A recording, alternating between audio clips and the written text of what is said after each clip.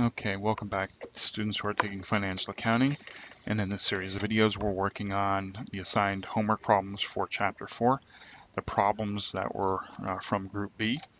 And I'm going to show, all right, I took a quick glance at what was in 4-46, and I just want to kind of give you a perspective thing on this.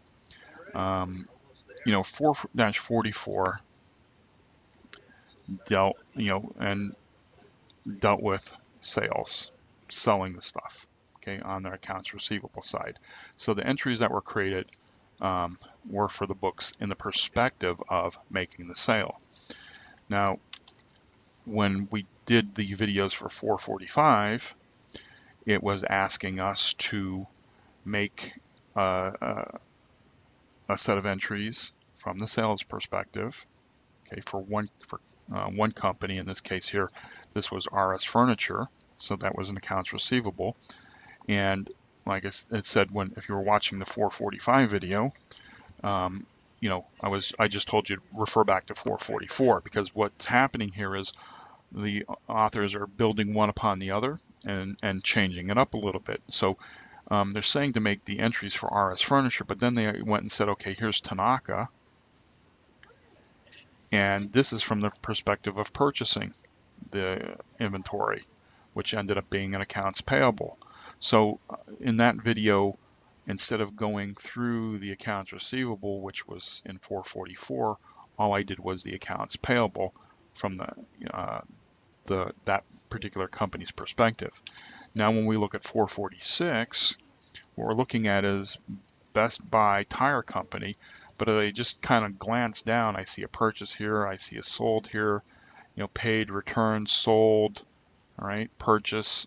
So basically now what's happening is, instead of having, one company that has the accounts receivable and another company that has the accounts payable, what's happening is, in this problem, it's saying, okay, we have Best Buy here, and we're going to, as we work through the transactions, we're going to deal with accounts receivable and accounts payable, just as if you were doing, the books for a particular company.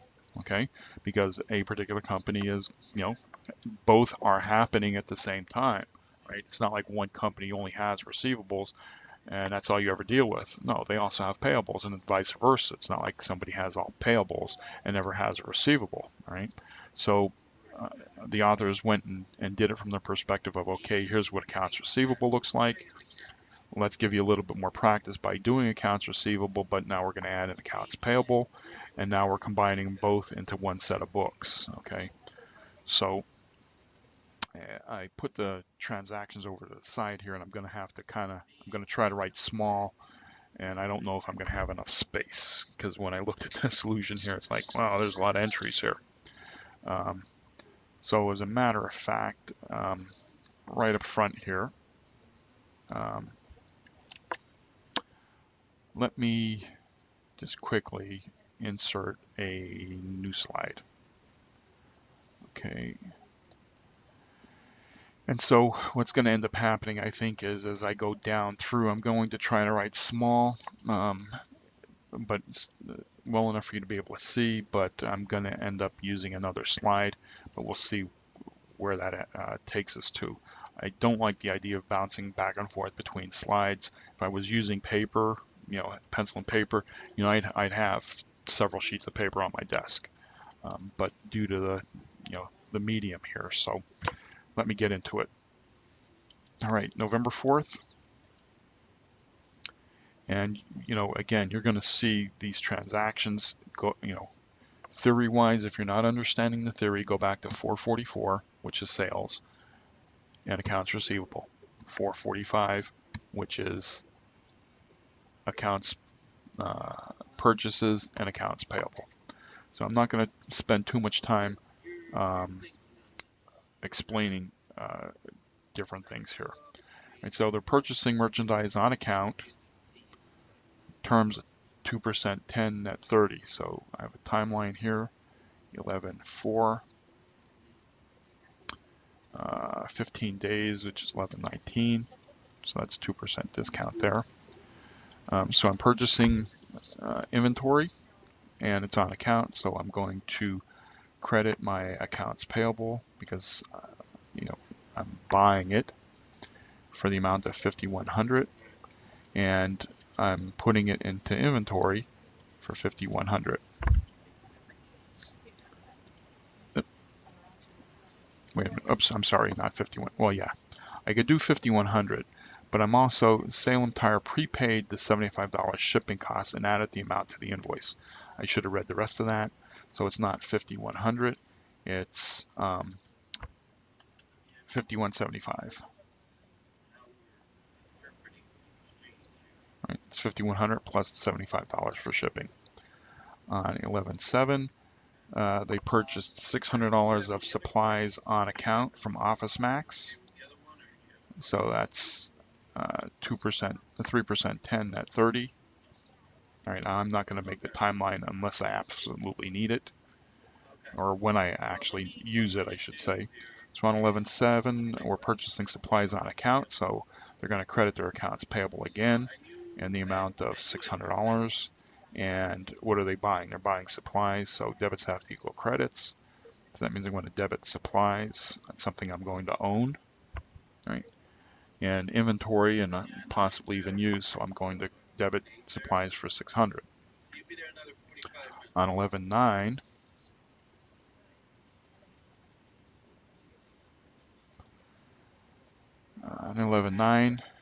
I'm selling $1,250 of merchandise on account to Thompson. Terms are 1% for 15. So if I'm selling on account, that means I'm not, I'm going to debit my accounts receivable for $1,250, and I'm going to credit my sales for $1,250. Okay, and of course, I had it in inventory, and now since I'm selling it, I have to take it out of inventory. So if I debited inventory for 51.75 to reduce it, that means I have to credit my inventory. And in this case here, the cost was $750, and debits have to equal credits, so I have a cost of goods sold for $750. Right.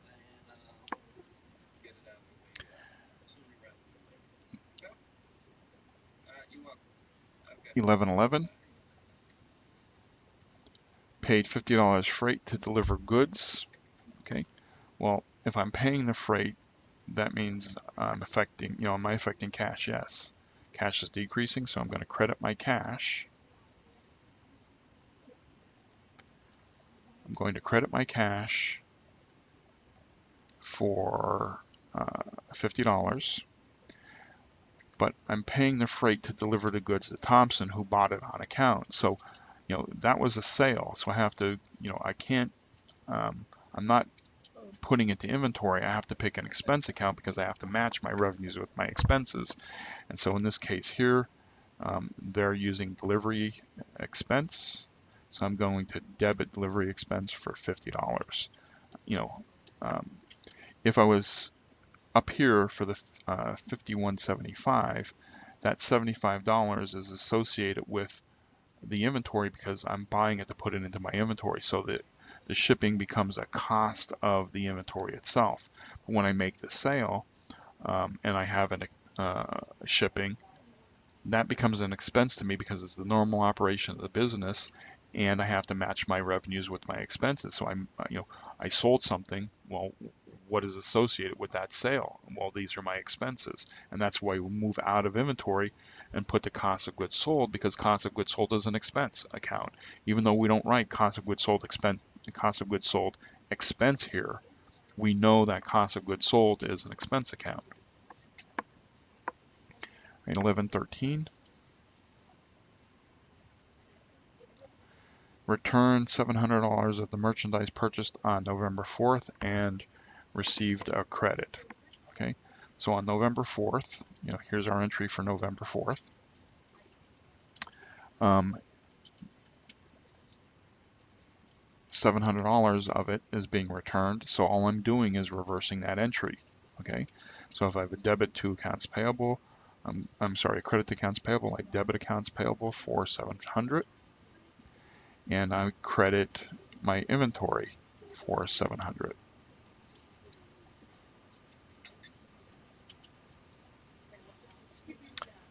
Okay, so that's up to the 13th. Now, the 15th, I'm selling $1,300 with a cost $1,300 of merchandise to cash customers, and my cost is 780. Right. So new slide, and this here is 1113, and I'm selling $1,300 in cash. So I'm selling $1,300 to cash customers. So going through the thought process, am I affecting cash? Yes. I'm receiving cash, so I'm going to debit my cash for 1,300, and I'm making a sale, right? So I'm crediting my revenue account for 1,300. And of course, since I'm selling something out of inventory, right, my inventory is decreasing, so I credit my inventory. And that was the cost of the inventory was 780, and I have to debit something else, which is my cost of goods sold. Matching here's where I'm matching the revenues with the expenses. Okay, $780.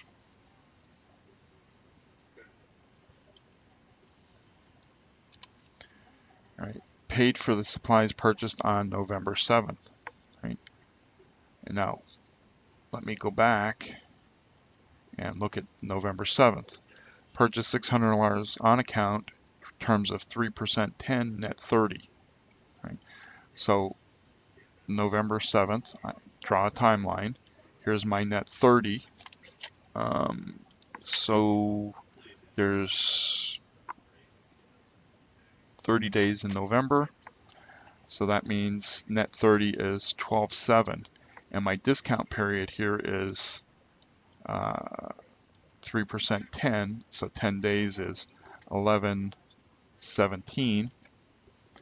So I have a discount period of 3% all the way up to 11/17, and this is the 16th, so I'm falling within the discount period.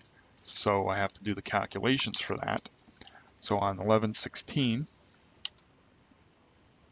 oops, that was, sorry, this here is the 15th. This here is the 15th for this journal entry. So on 11/16, right, I had, for that entry,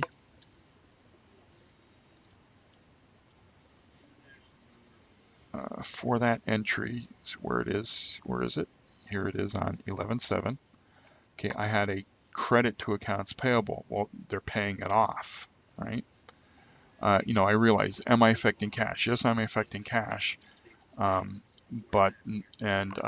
can sit down and calculate the cash first if I'm going through the thought process of making a journal entry. But when I'm paying off an account, something on account, it's a little bit easier now. We're in evolution. There's never anything that's written in stone. It's easier for me to say, okay, I have a credit to accounts payable and I'm paying it off, so that means I have to have a zero balance. So if I have a credit to accounts payable and I pay it off, that means I have a debit to accounts payable for 600. And now from the 600, I have to take 3% for the discount, okay, which is $18. And what was I doing with that entry? Well, I was purchasing supplies, which is an asset, so I'm going to associate the 3% with that asset, so I have to credit my supplies account for the $18, and then of course they're going to pay the difference between the two. Debits have to equal credits, so I'm going to credit my cash, the amount that they're going to pay, which is $582. And again, I could have went and said, okay, 100% less 3% is 97%, and take 600 times 97% and get the 582. That's one way of doing it. Or like I did here, debits have to equal credits. So if I have 600 as a debit, $18 as a credit, I have to credit something else for 582, right? And that's what I'm doing. I'm paying my cash for 582,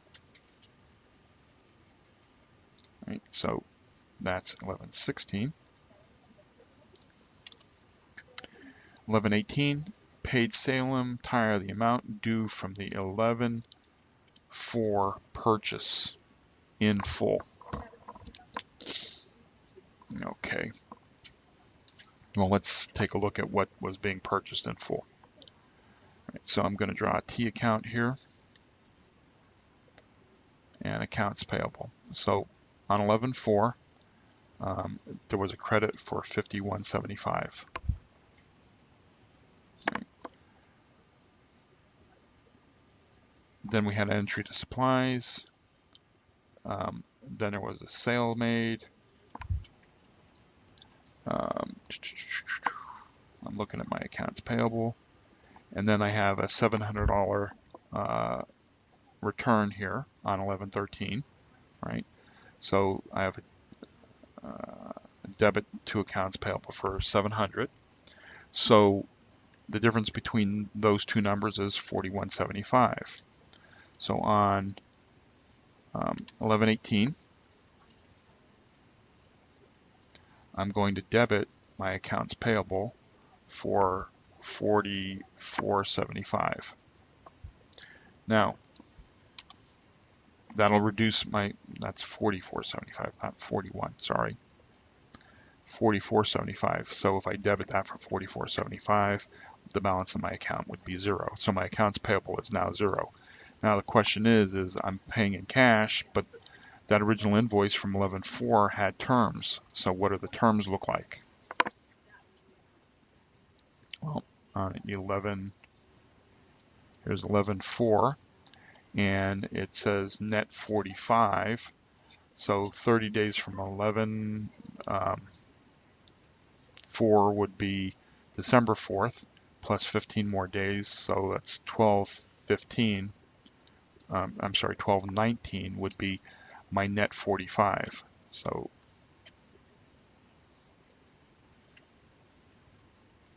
this here is net 45.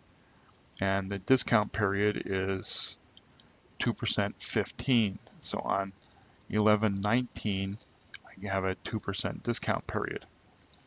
And today happens to be 11/18, right? So I'm here at 11/18, so it's falling within a discount period, so I'm able to take a discount on that, right? So if I have I'm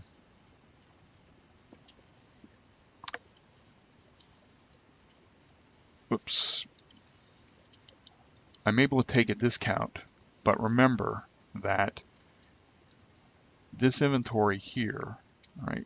This, when we're looking at our accounts payable, I had 5175, right? That's my accounts payable, all right? But that's not my inventory, right?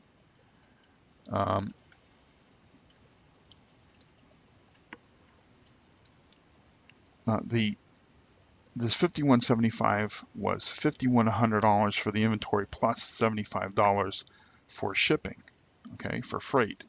We don't take a discount on freight, okay? So you can't just sort of go in this circumstance here and go back and watch look at the other problems, the other videos.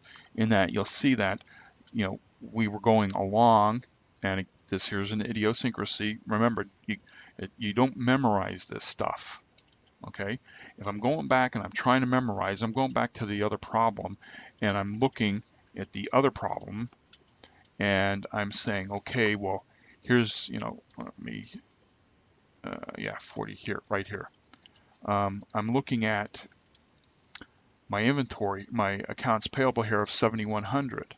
Okay, well, yeah, the purchase was for 7,100, and notice there is no freight here associated because the freight was taken care of, paid, you know, that was a separate entry. That's this entry right here. And when we went to do the discount, we based it upon our accounts payable, which was the 7,100, right? But we didn't have to mess with the freight because the freight was already paid for in cash. Now, when we're looking at this journal entry, we're looking at 5175, but it's made up of two components, the inventory and the freight. We don't take discounts on freight. So we have to separate that out. We're able to take a discount on 5100, and then of course there was the, right here, there was the return of the 7100. So now we're looking at 4400 as what we're able to take the discount on, the 2% discount. We're not taking discount on 4175 because that $75 is freight, right? So we have to take 2% of 4400, right? So if I have 4400 times 2%, that's $88, right? So my I'm going to credit my inventory for the $88, and of course I'm going to pay, I'm going to pay cash, so 44.75, I mean 44.75 less the $88 gives me 43.87, so I'm going to pay cash at 43.87, right? I could take the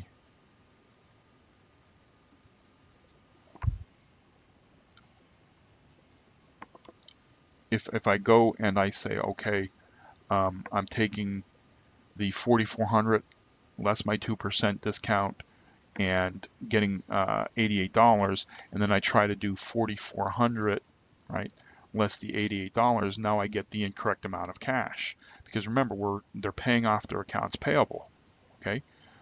We have to take, and they're able to get a discount, but they're only getting the discount on the inventory portion. They're not getting a discount on the freight portion. So in this case here, when I've calculated out my inventory, I back into my cash by taking the amount I owe on the accounts payable less the discount, which gives me my $43.87. So I back into, quote unquote, I back into my cash to know how much I have to pay in cash. I mean, I could take the 4400 and take my 2% discount and get 88. And then yes, I could subtract the 88 from the 4400 and get 43, let's see, that's 4312, all right, 4312. But then I'd have to add back in the $75 for the freight, okay? And I end up with 43.87. So that's the theory on how to be able to calculate how much I have to do, how much I'm going to pay for cash. But you notice how much easier it was, okay? I looked at my accounts payable and I said,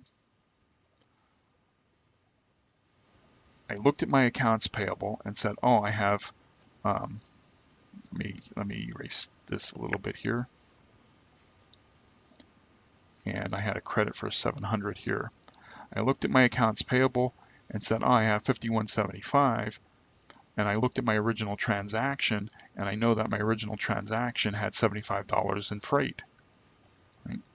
So I know I'm only using 5100, and of course I have a credit, so I have to take, I'm paying.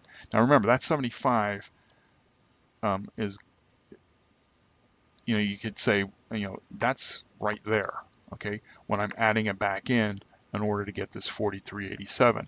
And that 75 is also just inherently in the mix between, backing into this 43.87.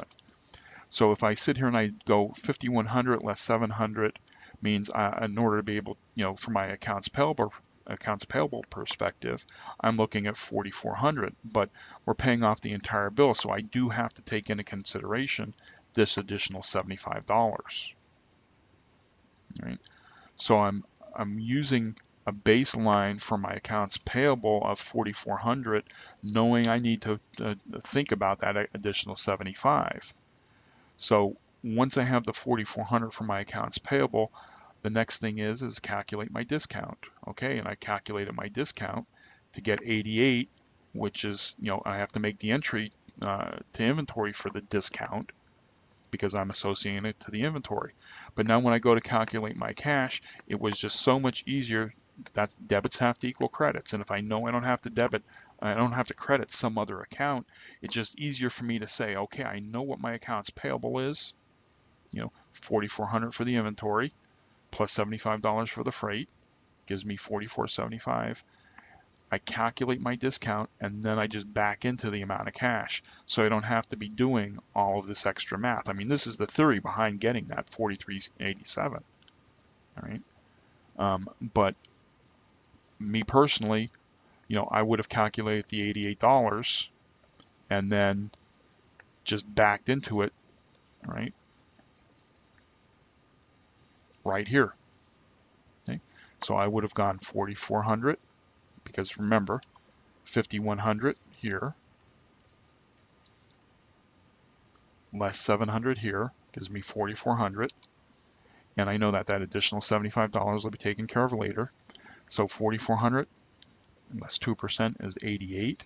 So I make that entry there, and that just by going and saying, okay, debits equal credits, 43.87.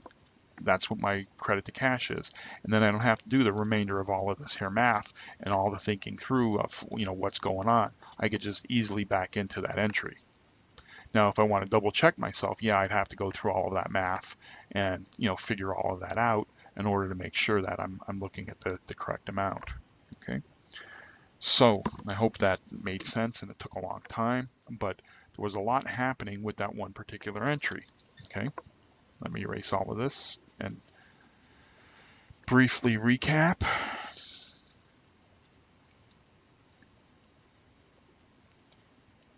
So when we're looking here, it says paid Salem Tire the amount due from the November 4th purchase in full. So when I'm looking at November 4th, right?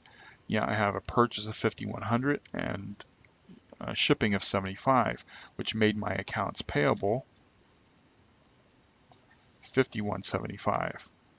Now I have to go back and if I'm journalizing my transactions here and posting into the ledger accounts, and that's why I use a T account, I can go down and say, okay, this was an accounts payable for 600, but that had that's for Office Max. Okay, that's not for Salem Tire, so I'm not worried about that entry. I don't have an accounts payable here, none here. Oh, here's a credit for 700 to Salem Tire, so this is my accounts payable. Now, out of this 5,100, I know that 5,100 was for inventory, 75 for freight. I can't take discount on freight, so I deal with the 5,100 less the 700 for the return, and I have a basis of 4,400. So if I have a basis for 4,400, I have to add in the $75 in freight, right?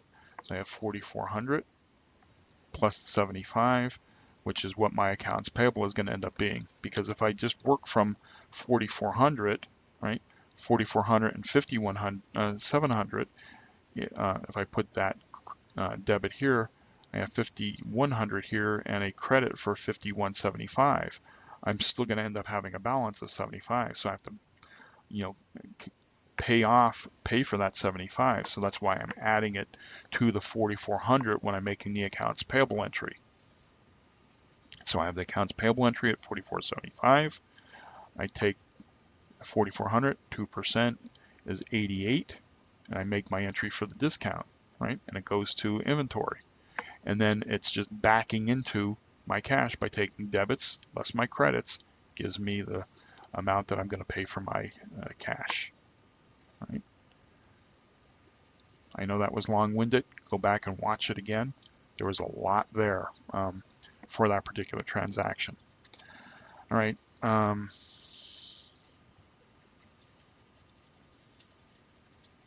hope everybody got that. This would be spread out all over the blackboard, I'm telling you.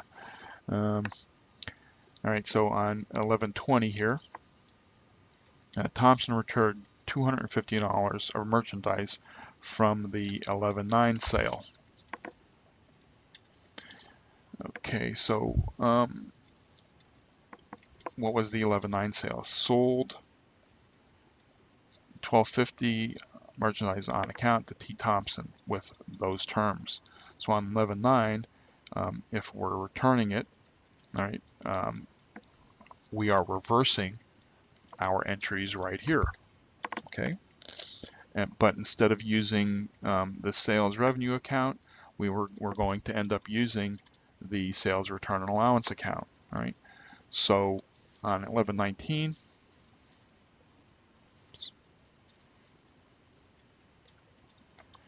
I'm going to end up debiting my sales return and allowance for $250, and I'm crediting my accounts receivable because they're not going to owe me the accounts receivable anymore.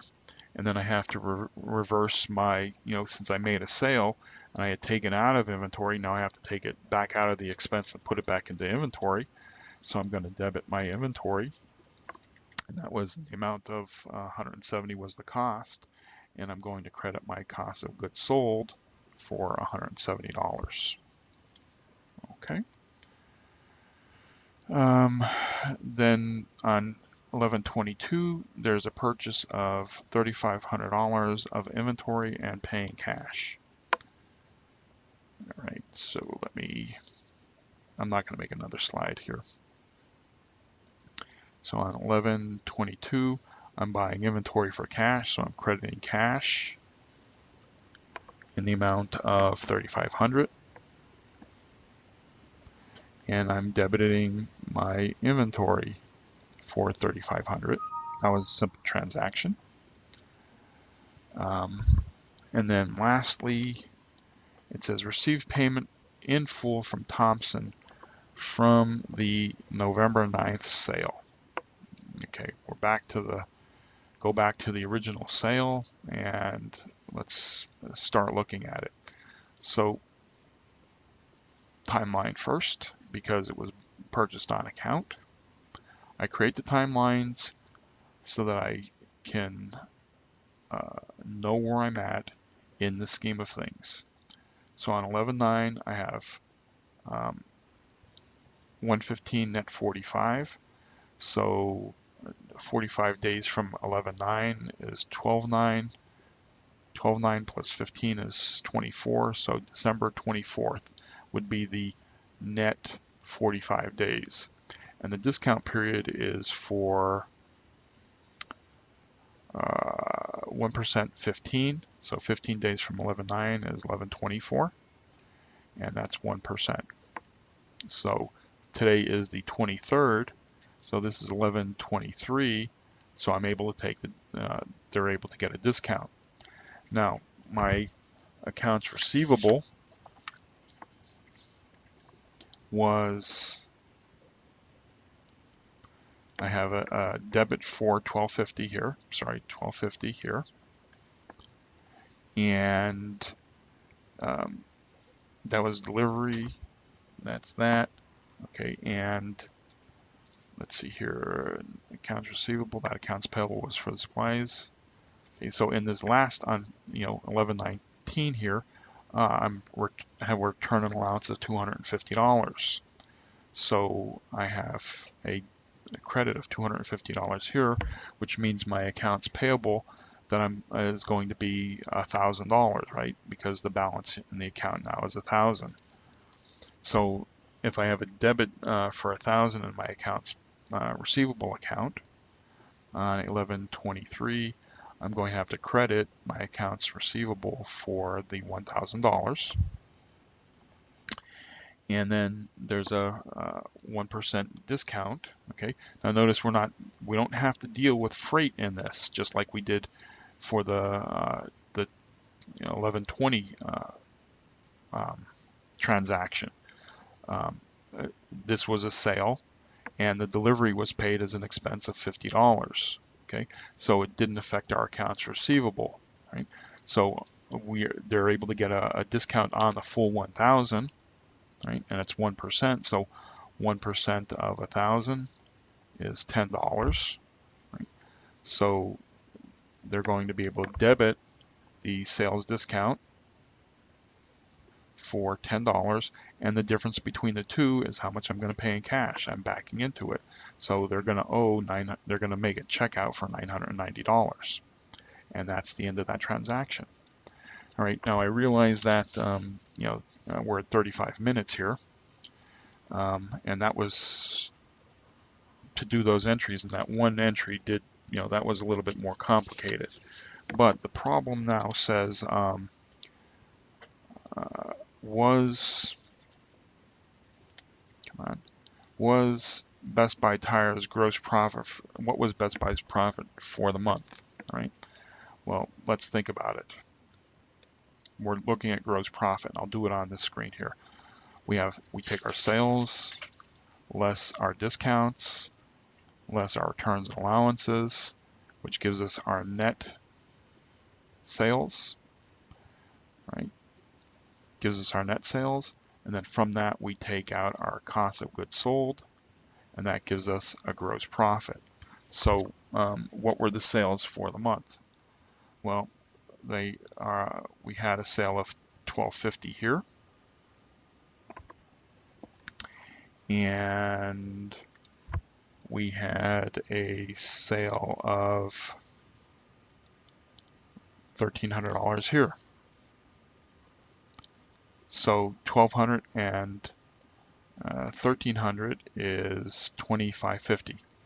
So our sales are $2,550. What do we have in discounts? Okay, we had, when they paid it off, they had a $10 discount, right? So less $10 for the sales discount. And did we have a return and allowance? Whoops, sorry. Yep, we have a return allowance here of $250. That's $250. So that gives us a net sale of $22.90. And now for our cost of goods sold, right? We have a cost of goods sold of $750 here.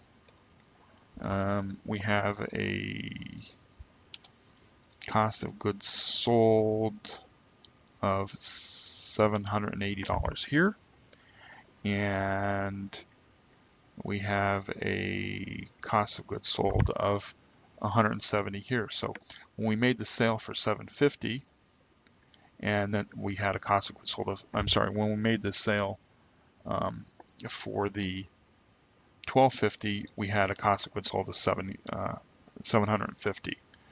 When we made the sale for $1,300, we had a cost of goods sold for $780, and then there was this return, so we have to take out $170. And when we do that, our total cost of goods sold ends up being $1,360. So from the net sales, we take away $1,360 for our cost of goods sold, which means our gross profit ends up being $930. Right? Now, as you saw me do this here, notice that I went and said, okay, here's my sales, and I'm kind of like looking, okay, I know I made a credit, I made a journal entry to the sales account. Now, and then I made, I have a journal entry here for $1,300, okay, for the sales account, and that's how I got my $2,550. Realize that, I'm kind of experienced, and I'm able to go down and just look at these entries and see what amounts, because I'm able to keep track of everything in my head.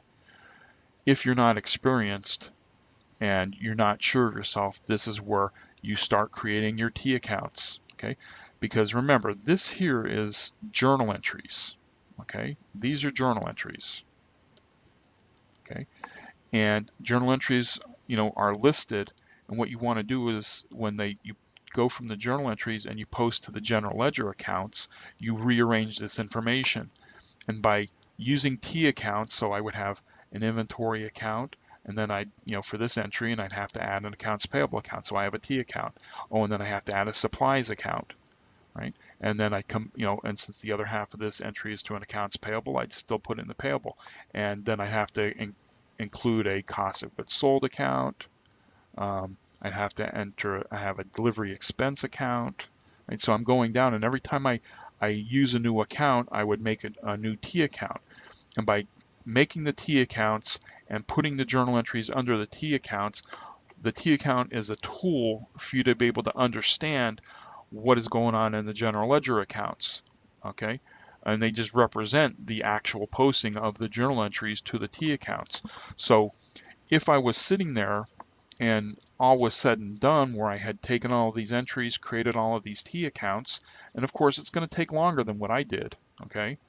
But what would end up happening is I'd have a T account, and I'd see under the sales account, I would have seen a credit for $12.50 and a credit for $1,300. So I knew I would know that the balance in the account would be $25.50, and then I could just pick up that balance and plug it into, my formula for calculating the gross profit. I would have seen my sales discount, right, account, and that would have had a debit of $10. So I knew the balance would have been a debit of $10, and I'd plug it in there. And the same thing with my return on allowance, and the same thing with my cost of goods sold account. Okay, I would have been able to look at those accounts and see the balances in those accounts. But basically, what I'd be doing is I'm taking all of those journal entries, and every time I had a new account, I would create a new T account. So I'd have a ton of these here T accounts, right, representing each account, accounts payable, accounts receivable, whatever, and I'd post all of these entries, and what I'm doing is I'm rearranging the information by like accounts. So when I have my sales account here, I have $12.50 underneath and $1,300, okay? And here's my discount. I'd have, $10 here. And here's my return on allowance, right? I'd end up having $250 on this side. And so I could just take that balance and then figure out go through the formula, right? Now I realize that this here video is 42 minutes long, okay? And hopefully this doesn't crash. All right, so there was an awful lot in this problem. Hopefully you understood it. Pause and go back and rewatch the video again.